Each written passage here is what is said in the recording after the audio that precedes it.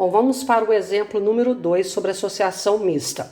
No circuito abaixo, determine as intensidades das correntes I, I1, I2 e I3. Então, nós temos aqui um circuito de um gerador, cuja tensão é 24 volts. Deste gerador vai sair uma corrente I, e neste ponto aqui, essa corrente se divide em I1, I2 e I3. Então, nós queremos calcular o valor de cada uma dessas correntes. Em primeiro lugar, é o seguinte: nós temos que analisar que a corrente que sai do gerador é a corrente total. A corrente saiu aqui do gerador de 24 volts, é o IT. Essa corrente I que nós queremos calcular é a corrente total.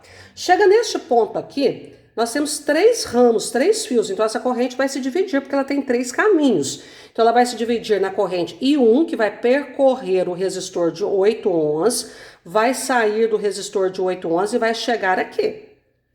Nós temos a corrente I2, que vai percorrer o resistor de 4 ohms, vai sair e vai chegar aqui. E nós temos a corrente I3, que vai passar pelo resistor de 1 ohm, sai do resistor de 1 ohm, passa pelo resistor de 3 ohms e chega aqui também. Veja que a corrente I2 e a corrente I3 vão se unir aqui, vão chegar nesse ponto, vão se unir com a corrente I1 e novamente vai formar a corrente IT que volta para o gerador. Então nós temos aqui um circuito em paralelo, porque a corrente total se dividiu nesse ponto em 3 correntes e as 3 correntes todas se juntaram aqui, ó.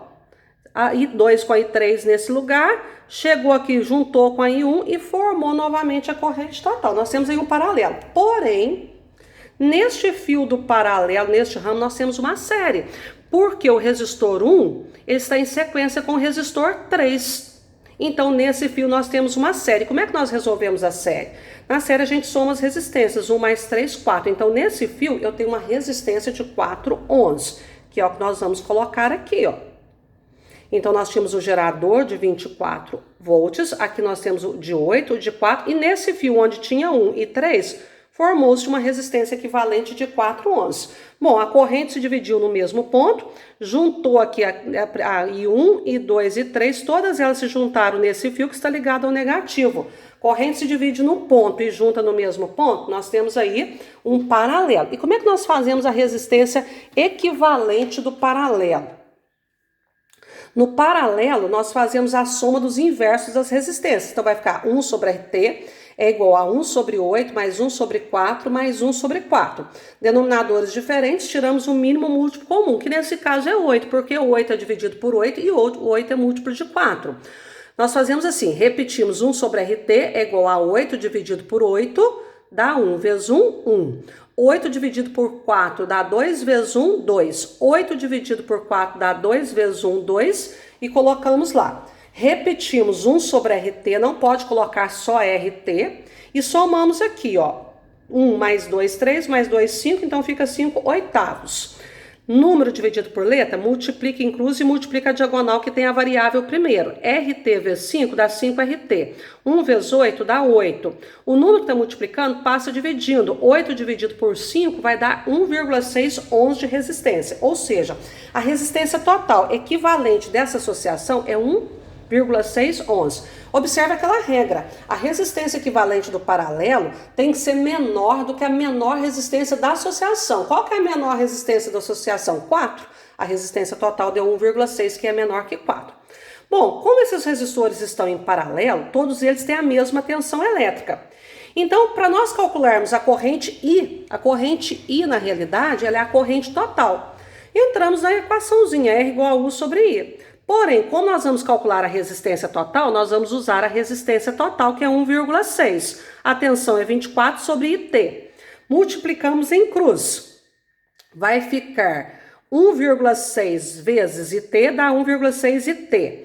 24 vezes 1 dá 24. O número que está multiplicando passa dividindo. 24 por 1,6 vai dar 15 amperes. Então, a corrente total que percorre esse circuito é de 15 amperes. Para nós calcularmos a corrente I1, nós vamos usar a resistência 1, que é 8 ohms. Então, vai ficar 8, como está em paralelo, todo mundo tem a mesma tensão, 24, sobre I1. Coloco 1 aqui, multiplico em cruz. 8 vezes I1 vai dar 8 I1.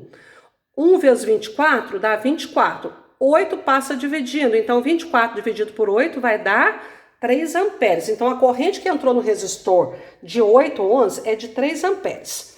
Para nós calcularmos a corrente I2, nós vamos usar a resistência 2, do resistor 2, que é 4. A tensão também é 24, porque isso aí é um paralelo, caracteriza todos por ter a mesma tensão. Colocamos o 1 aqui e multiplicamos em cruz. 4 vezes I2, 4 vezes I2 dá 4 I2. 1 vezes 24 dá 24. Então vai ficar 24 dividido por 4, né? O número que multiplica passa dividindo. 24 dividido por 4 vai dar 6 amperes. Aí nós temos que a corrente I3, né? O I3 também vale 4, o resistor 3 vale 4 ohms, então não precisa repetir o cálculo. A corrente I3 é a corrente I2, porque nesses fios as resistências são iguais, ó. A resistência onde passa a corrente I2 e I3, as resistências são iguais a 4 ohms, então o cálculo é o mesmo. Então também vai dar 6 amperes. Nós poderíamos tentar fazer aquela relação, né? Veja bem. A corrente total que entrou aqui é de 15 amperes. Ela vai se dividir em 3 partes, porém não são 3 partes iguais. Aqui tem menos resistência, são iguais. Aqui tem uma resistência maior, que é o dobro dessas aqui.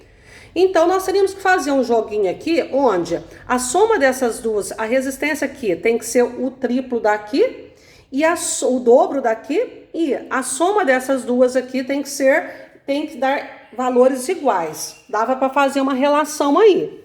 Neste caso, observe mais um detalhe. Se nós somarmos a corrente I3 mais I2 mais I1, ó, 3 mais 6 dá 9, com 6 dá 15. Tem que dar a corrente total, que é de 15 amperes neste circuito.